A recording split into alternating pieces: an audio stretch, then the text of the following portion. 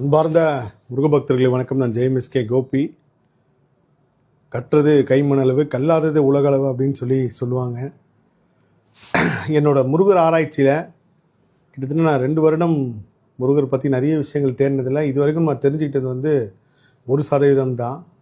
99% நிச்சயமாக முருகப்பெருமான இந்த யுகத்திலையும் இந்த பிரிவிலையும் உணர முடியுமான்னு தெரியல. ஏன்னா அவர் அவ்வளோ பெரிய அபரிவிதமான சக்தி. நம்ம 1% தான் நான் தெரிஞ்சு சொன்னதே.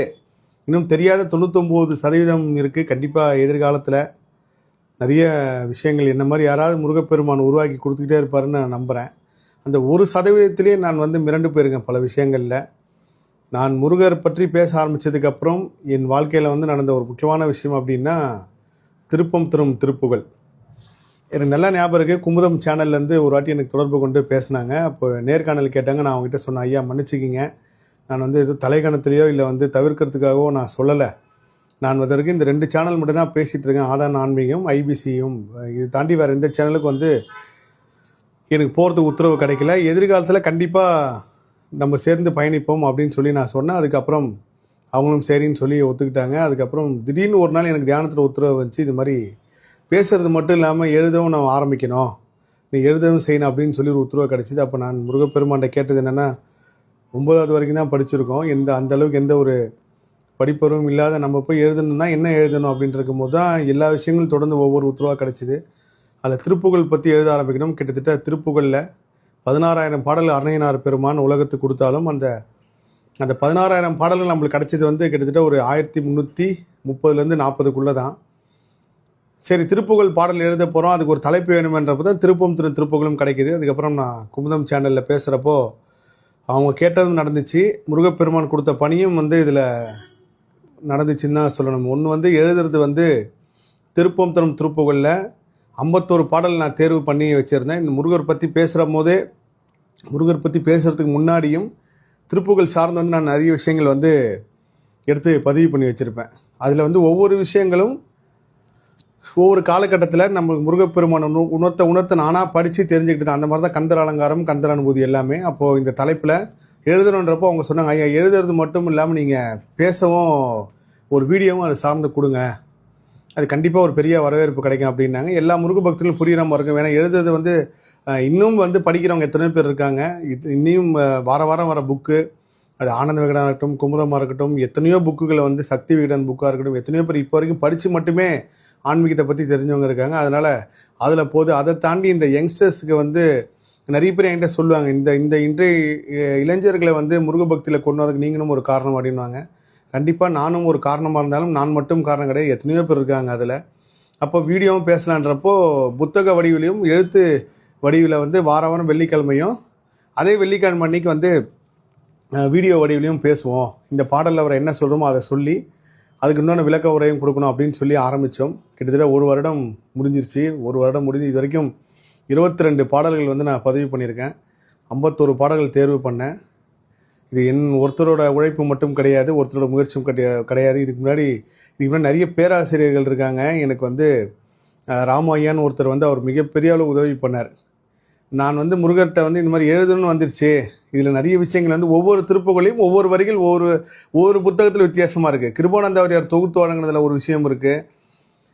அதே சமயத்தில் இன்னும் திருப்புகழ் சார்ந்து நிறைய ரிசர்ச் பண்ணவங்க சொன்ன வார்த்தைகளில் நிறைய அர்த்தம் மாறுது அப்படின்னு ரொம்ப பெரிய குழப்பத்தில் இருக்கும்போது நான் திருவண்ணாமலைக்கு யதார்த்தமாக போகிறேன். அப்போ ஒருத்தர் அறிமுகமாக அவர் திருப்புகழ் பேராசிரியர் முடிச்சவர் ஐயா ராமு ஐயா. அவர் மூலயமா நிறைய விஷயம் கற்றுக்கிட்டேன்.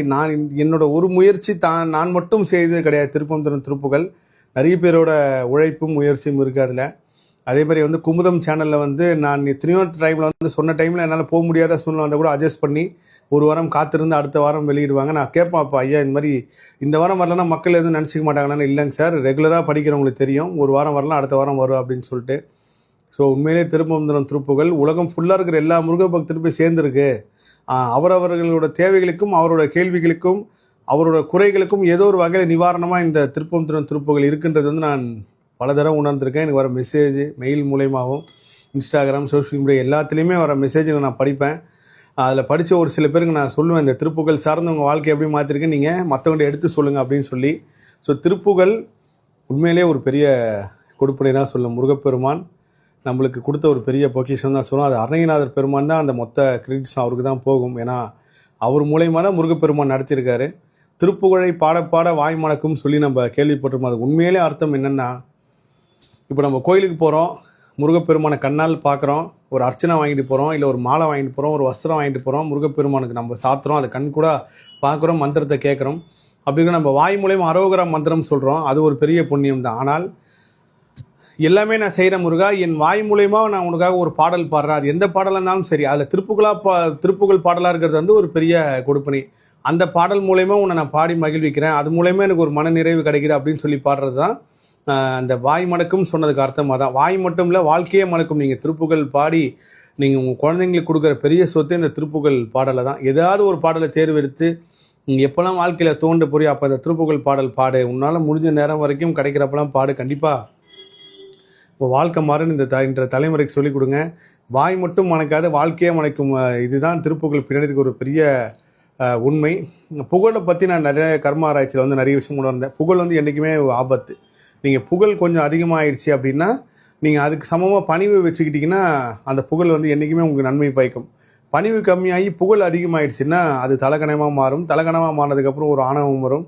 அந்த ஆணவம் வந்ததுக்கப்புறம் இயற்கையை வந்து மனிதனை ஒரு சில வழிகளில் வந்து அழிக்கிறதுக்கு காத்திருக்கு. காரணம் என்னென்னா, அது நம்ம ஊழ்வினை கர்மவினை இப்படி அதில் முக்கியமான ஒரு இயற்கை கையில் எடுத்துருக்க ஆயுதம் தான் அந்த புகழ், ஆணவம், தலைக்கணம்.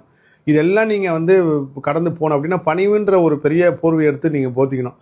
அந்த பணிவு சேர்ந்தது அந்த திருப்புகழ். என்ன திருப்புகழ்ன்றது, நான் புகழ்ன்ற வார்த்தை ஏன் வந்துச்சுன்னு தேடும் போது தான் நான் நிறைய விஷயங்கள் உணர்ந்தேன்.